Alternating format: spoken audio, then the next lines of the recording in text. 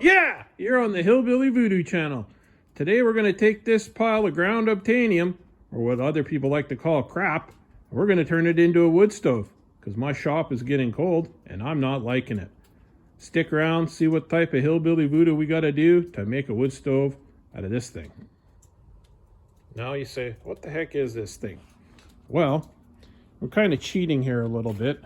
For my subscribers already know, and people that have watched my channel before, this is what's left of an old wood-fired boiler that I built many years ago. It's been heating my shop for about 10 years.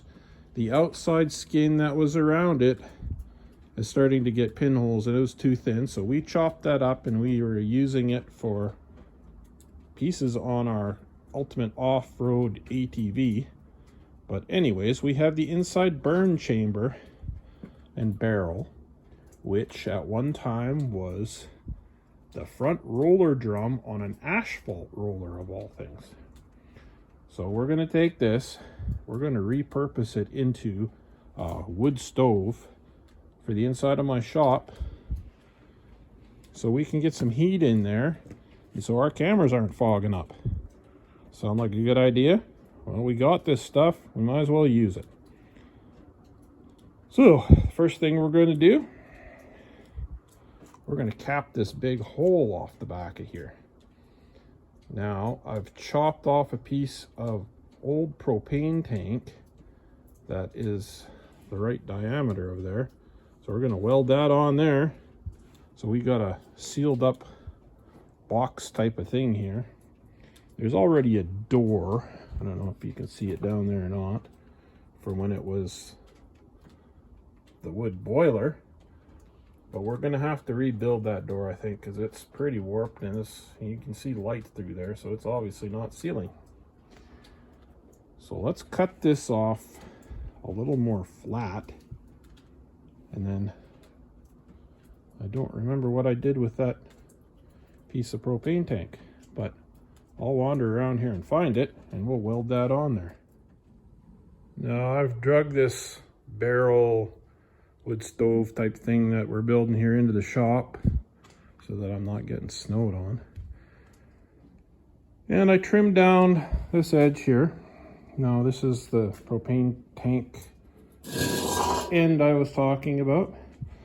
I was going to weld it like this, but then it sticks out past the edge of that.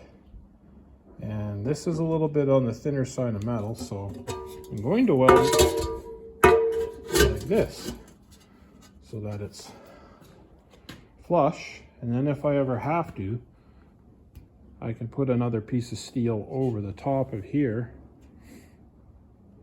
so that the wall is extra thick, because this is only like, I don't even think it's 1/8 of an inch, so it may burn through, but yeah, who knows. If it does, then we can put another piece over there if I weld it like this, which is how I'm going to weld it. So I'm going to shut up now, and now I'm going to weld this. I'll bring you back as soon as I got all this welded in place. I welded our little chunk of propane tank cap end thing in there and sealed her all up. Now I think I will put some type of heat shield on the back here, because it's going to be fairly close to the wall, and well, the wall is concrete. I'll show you where I'm going to put this thing here. Sticking it in the corner here. It's kind of funny how I built this shop over 20 some odd years. Oh, I guess more than that. 25 years ago now. No, 24 years ago. Anyways, that hole has been in the wall since I built the shop, because I was always planning on putting a wood stove in here. Those pieces of steel and stuff I put up yesterday, day before yesterday, whatever. Just put them up there to, well, for a heat shield. Just a bunch of old crappy roofing that was laying around here. I'll be putting it in this corner here up against that concrete. I guess I'll put a heat shield in there just more for safety, and so that I can stuff it back in there farther against the wall or closer to the wall. So I got more room out here. But anyways, that's getting ahead of us. I'm gonna flip this thing over here now and try to address the door situation. You see, I got the door off of there, and I was never really happy with the way that door turned out. And yeah, I'll flip this thing over and I'll show you what I mean by that. Now you guys want to help me flip this thing over? You grunt really, really loud, and it'll kind of make you feel like you're doing something. And if you're hiding in the bathroom from your boss right now watching this, he'll really think you're doing something. So anyways, this thing ain't light, I can tell you that much.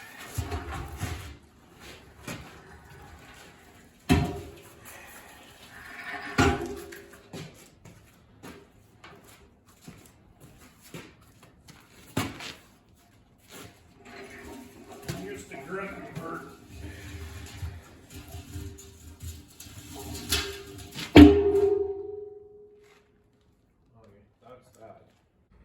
Now this is kind of what I'm talking about here. When I built the door on here, I just used the piece of steel that I cut out of the end of it, and it's fairly thin. It's about 1/8 of an inch thick. I never really put any cross bracing or anything like that on it, and it warped like crazy. I think the bottom there was about 1/2 inch gap. Never sealed properly. Just it was one of those things where I was going to fix it, and 10 years later, well, now it's going to become a different idea. So what I'm going to do, I think, here is just remove this all together. Cut it out all the way around and get rid of all this and rebuild the front whole part of this with some thicker steel and create a different door of some type. The actual design was okay. Maybe I'll go wander around and see if I can find some thicker steel and see if the actual door frame itself is warped. And if it's not, like if I could find some thicker flat piece of steel, then maybe I'll leave this. And if not, then we'll start all over again. Well, I went out and dug through all my piles of ground obtainium out there, and I couldn't find a big flat plate big enough for here. But I did find a bunch of chunks of channel. Now, I'm pretty sure that somebody was trying to build a staircase or something out of this stuff at one time, because it's got little treads welded on it, but they're like not even wide enough to stick your foot in there, kind of thing. So I don't really know where or what this stuff come from. It was just in a load of junk that I picked up. So blah blah blah. I think that I'm going to take these chunks of channel and build a door out of these. Now the frame here seems to be pretty square. I stuck a level on it, and there's a little bit of a dip right here, about, I don't know, probably about 1/8 of an inch. But if I put a gasket in the door, it should be able to take that up. Should be able to make it more or less an airtight wood stove. Well, first I'll start cutting this crap off of here. I managed to take it off of this piece here. We'll stick a bunch of them together. Hopefully with the ribs and stuff, it will hold the door more or less flat and it won't turn into a taco chip on us. I'm thinking that might work. It'll be better than what I had anyway, so yeah. Let's start some measuring here and some marking, and we'll cut out some pieces. Hopefully we got enough that we can, fill the whole thing up. Can't see why that wouldn't work. Maybe all those extra ribs on there will give me a little bit more surface area for more heat. Yeah, let's go with that. Let's see if it works. Now I've gone and squared one of these chunks of channel off. And I've got it lined up with the back there and hanging over about 1/4 of an inch so that I can weld a piece of steel down here with a lip on it so that I could put a gasket in that lip. That's making sense in my head, so that's how I've done it on previous builds of other things. Also, I've given 1/4 inch of a gap here. So, like I said, I can weld a piece of steel here to give it, like, I don't know what you would call it, a flange of some type. So I'm just going to take my marking device here and mark this so that I can cut it. You guys see in there? Yeah. So I can cut it along there. Now I'll make this line. Yeah, can you see in there? No, you probably can't. Anyways, mark that line.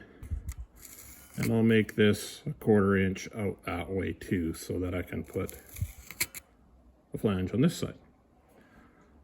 Yeah, we'll pull that off of there, chop it out, keep continuing with cutting pieces this way, and see if this is gonna go together the way I think it's gonna go together. I got all these pieces cut out here and kind of stuffed in place. We got a bit of a technical error. Yeah, that's what I was trying to say. We got a gap here because, yeah, not everything adds up. So we're gonna have to find a piece of steel to fill that gap, which shouldn't be that much of an issue. Now we need a damper, a vent with a little flap on it. So I'm gonna take this chunk of square and I'm gonna weld it somewhere in here, kind of like that, so that it will hold everything square, hold together the pieces, and then we can stick another chunk in the gap there and it'll all be good. I'm gonna cut a 4-inch chunk out of this and then mark it and cut it like that. So hopefully it will keep everything all lined up, all square. Then we can put a flap inside of there. I'll show you what the other one looked like before here. I'm gonna make it pretty similar. This here's the other door. Just a little flappy thing, so you can get the air in and shut the air down. Now the reason I made it square and on the front and not just like a slide thing with holes is because quite often my wood burning appliances end up turning into forges at some point in time. And in order to get the fire just ripping and roaring, I would stuff a hairdryer in that hole as a blower to get the coals all big and red and hot and stuff, and a flap vent type thing on the front of the stove. Easiest port to put the hairdryer in, shut the hairdryer off, take the hairdryer out, get your piece of metal out of the stove. So it's kind of more convenient that way, and well, hell, it works. So let me cut a chunk of that square out there and mark it out on our bottom piece here and put it in place, or kind of tack it in there and see if it's going to work.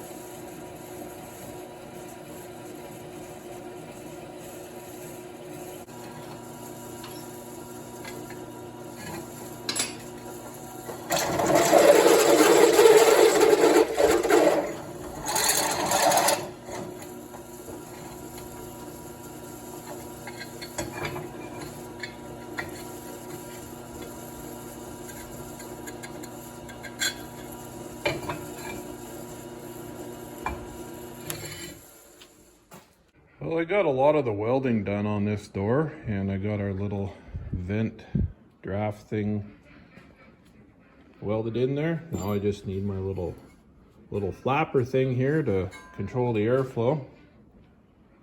Damper, I guess that's what it's called. Yeah. Now I've been recently noticing that there seems to be a lot of people out there on these various YouTube channels showing their welds like there's some type of, I don't know, welding porn. Beautiful welds aren't necessarily strong. I've seen some really nice looking stacked dimes that have cracks right down the center of them.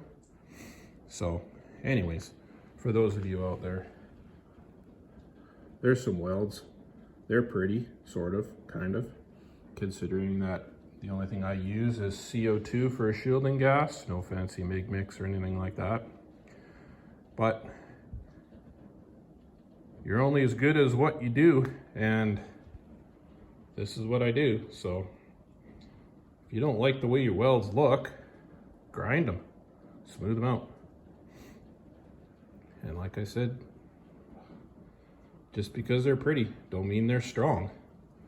I'd rather have something that looks like a boogered together chicken shit and have it never ever crack or break than have something that's super pretty and nice and flowing looking and have a split right down the center of it. So hopefully we'll never have to worry about that on this door. It all ended up fairly flat and square, like it doesn't flop around on there. So now I think I need to figure out what I'm going to do for hinges, because this here door weighs a hell of a lot more than the last door did, and I'm pretty sure that those little thingies there ain't gonna quite hold it together. So I found myself a chunk of steel out there in the piles of ground obtainium. Kind of looks like an S, but I'll take it to the anvil and whack it out flat. Now I think I'm just going to keep using these pieces that are already on here, except I'll go with a double shear, like one on this side, one on that side, bolt through it. It's been in operation for 10 years. Those holes don't really seem to be wallowed out at all, so it was obviously holding things together. If down the road it doesn't work or it starts to fall apart, I can always fix it, right? So why do the work when you don't need to do the work? It would probably be prettier and all that other stuff, but yeah, we ain't going for looks here. We're going for, I don't want to be cold no more. So I'm going to go whack this out flat, cut out 4 pieces all the same, and poke holes through them and see if we can tack these on here and make sure this door is going to open and close fairly effortlessly, being that it's a big chunk of steel. So let's go do this and see what happens. Get my 4 pieces of steel cut out here, just tack welded together, marked out for my hole. So if we drill through, we're going to have 4 all the same, and I'll just grind the tacks off. But yeah, you guys know where I'm going with this. So, well, let's get to drilling here.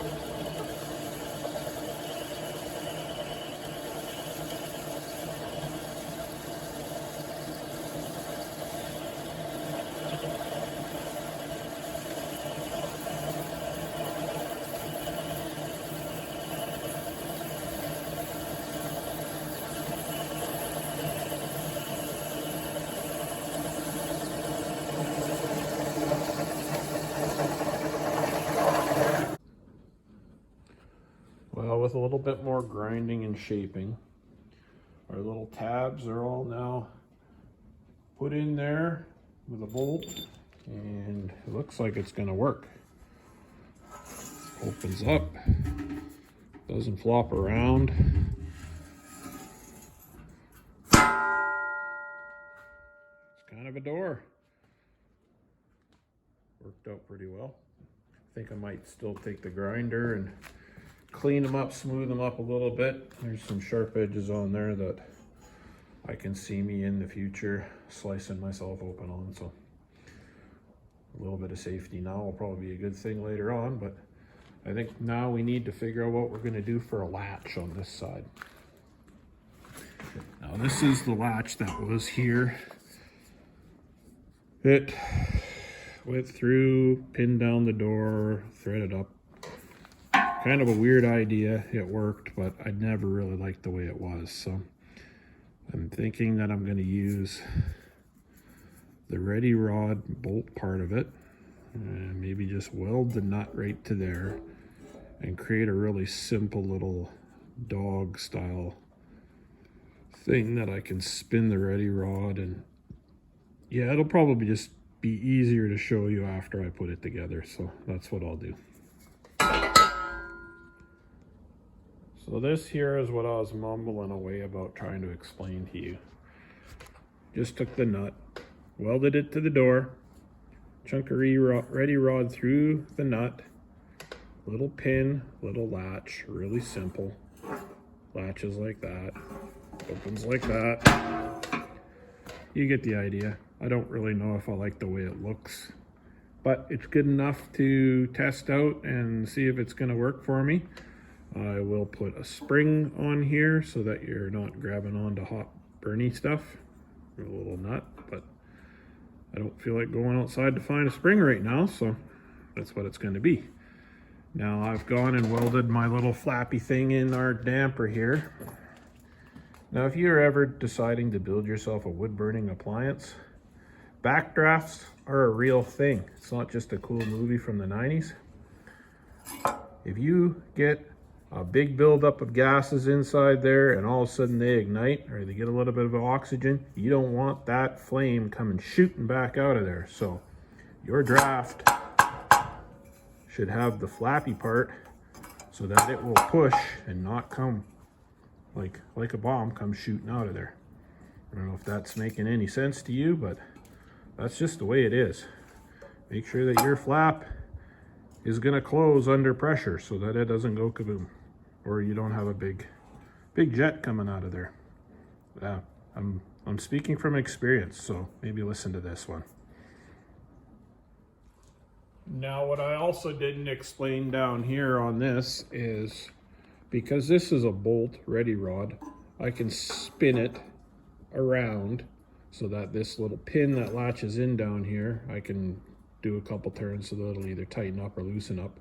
When I actually put a gasket in this door, then I can adjust it. It'll make it tighter or looser. I have it fairly loose right now just because that's the way it is, but yeah, so there is adjustment there, which a lot of factory built wood stoves, they don't really have an adjustment there. So if your gasket wears out or starts to get packed down and thin, the door doesn't really positively latch. Like you get a little bit of slop in there. And this way I should be able to, you know what I'm talking about, adjust the door, tighten it up a little bit. So what do we got to do now? Well, we obviously need a hole in this thing for the chimney to go out through. So I'm going to flip this thing onto its right way up. Put a level on that door so we have it level. And I'm going to mark a hole right somewhere in the middle here, because I want the chimney coming up as, well, more or less as far away from the wall as I can, but kind of centered. I don't want it right at the very, very back, because when I clean my chimney, I clean it from the inside of the stove. I open up the door and I jam the brush up through the inside of my stove so I don't have to climb on the roofs. So I don't want it too far back down in there, but I don't really want it right at the front, because with the thermal dynamics, you'll have all the gases and the heat and everything. Every time you open that door, all the smoke and everything is going up the chimney like that. If it's near the front, then as soon as you open that door, all that smoke is just going to go straight out the door, right? So if you got it back a little farther, probably about midway, it's less likely to come out the door when you open it. Yeah. Now I know that there's all kinds of armchair engineers out there right now with their master's degree in thermodynamics from the Institute of I fart in my coveralls and the stink comes out the front, saying that, yeah, you need something in there to stop all that heat. Yeah, well, no doubt. I need a baffle in here somewhere. Otherwise, all the heat will just go straight out the chimney right away. It won't heat up the inside of the stove and heat up the shop, which is what we need to do. So I'm thinking that I'll take that door, or what's left of that door, cut a chunk out of it. Once I get the hole in there, then I'll put a baffle in there. I have thought this through, guys. So yeah, you can take your engineering and you know where you can, yeah. Anyways, I'm gonna flip this on its side now, stop talking, and cut a hole in it. Well, I got our hole cut in here, the size of what we're gonna use for our chimney. It's just slightly ahead of center. Now I'm going to try to explain this baffled idea to you in a way that doesn't make me sound like a complete idiot, and still tell you how it's going to work, because I'm pretty sure once I get it inside here and mounted, you're not going to be able to see down in there. Like, there's no light. I can hardly see in there even with my body and everything. So I'm going to have to try to give you an idea here, and maybe possibly after we get it up on the stand that I'm putting this on, then maybe I can show you inside, but no guarantees there. Because anyways, yeah. This is the old door. I cut a half round, the same radius as our drum here. Now this is going to go inside like that. I'm going to have pieces of angle iron welded to the drum on the inside. Let this slide up in like that and slide up like that. Is that kind of sort of making sense? Now this won't fully block all the gases and the heat from going up the flue, but it will provide a barrier here so that all the heat from the burning wood in here will come around the inside and go up like this on the top of this plate, heat the inside of this drum, and then up the flue. So you're kind of creating more of a travel path for the hot gases and everything to go up the flue, instead of just going straight up out the hole, taking all the heat with it. That's got to kind of make a path. It's called a reverse flow, if anybody really wants to know, but you're reversing more or less the path of the gases that will heat up all this drum inside. I'm going to try to put it somewhere about there, again, on the inside of this drum, so it has a farther path to go. This radius that I have cut here, the thickness of this radius, the surface area of all of this, equals the chimney. Now that is not, it doesn't have to be exact, but it's got to be fairly close, because we need a path of this back that's going to more or less equal the size of the chimney coming up here. If this path through here is dramatically restricted, then we won't get proper draft going up. The fire won't burn, it'll smolder. You'll get way too much smoke coming out of your chimney, your wood doesn't burn properly, all that stuff. And if this chamber here is too big, too large, then you're just more or less letting all the heat past it. It's kind of it's a fine line, but it doesn't have to be exact. It's got to be fairly close. So that's enough of that yapping. I'm gonna roll this drum upside down. I'm gonna put this baffle in place here, and then hopefully that will be that for this stove. I'll be able to put it up onto the stand. Now, I'm really struggling with, on this channel, the whole idea of the fact that you're watching this, you're probably about a half-hour episode. This is not real life, guys. This job here has taken me almost a week to do. Now, I'm not out here grinding my ass. Like, I'm not working super, super hard like I would be if I was working for somebody else, but I'm definitely not slacking on this job. So I would average probably about maybe 5-6 hours a day working on stuff out here in the shop. And I'm probably putting in about, well, I usually go 7 days a week. Sometimes I take a day off. So that'll give you a little more idea of how long these type of projects actually take. I would say probably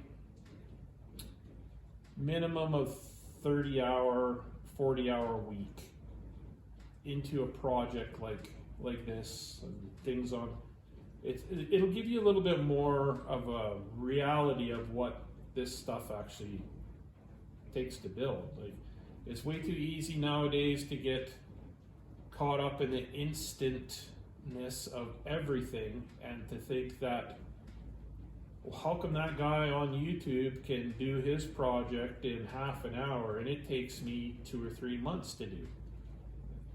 Editing. I'm editing out a lot of stuff that is completely boring, like me sitting here grinding and things like that. I do edit out a hell of a lot of me yapping, which is another thing. But this is kind of more or less the reality of stuff, is that you might go out in the shop tomorrow and decide that you're going to build a wood stove. It's not going to take you a half an hour, guys. It's going to take you a week, maybe more, depending on what your skill level is. So if you're getting depressed and sad because your projects are not working out and things are taking way longer than you thought they were, that's real life. YouTube and a half an hour job project like this, that's not real life. Well, after much grunting, groaning, cursing, swearing, and making up a whole other dialect of Klingon, I managed to get that thing lifted up into that stand. Yep, looks like it's going to be a stove. I've welded the first run of chimney on there so that I can measure and figure out where the elbow is going to go out through the wall. And now that it's up there on that stand, I should be able to show you the inside where that baffled is. Now hopefully you guys will be able to see what I'm talking about up in here without me wiggling you around too much and making you sick. But there's our baffled. Covers over the hole. There's 4 little pieces that come down and mount it in there. Can you see? You just slide it backwards and it comes out, drops down, and you pull it out. So now I can pull that baffled out and I can stick my brush up the inside of the chimney so I don't have to climb up on the roof to clean it out. Now I will be putting bricks in the bottom of this and possibly bricks in the back. I haven't decided yet, but definitely bricks probably up to here on the sides. Or I might just pour a slab of refractory cement in there.